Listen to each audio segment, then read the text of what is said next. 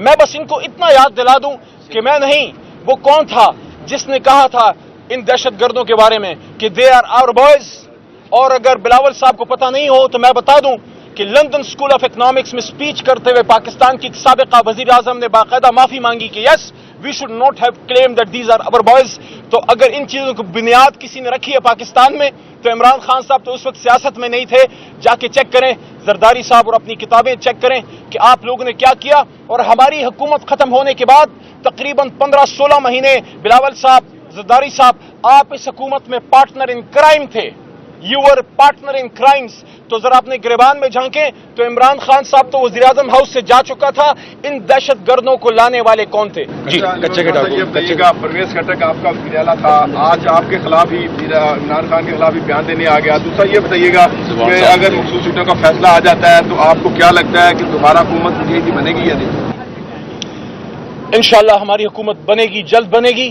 جہاں تک خٹک صاحب کا تعلق ہے ان کو انہی کی زبان میں سمجھا دوں، بتا دوں پرویز خٹک صاحب کو خوشحال خان خٹک بابا کا ایک شعر کہ ز خوشحال تور پلاس کفن پگاڑ برا پاسم کہ خبر شم چی پختون بچا غلام شو. پشتون کبھی غلامی قبول نہیں کرتا. خٹک صاحب ذرا چیک کریں کوئی مسئلہ تو نہیں.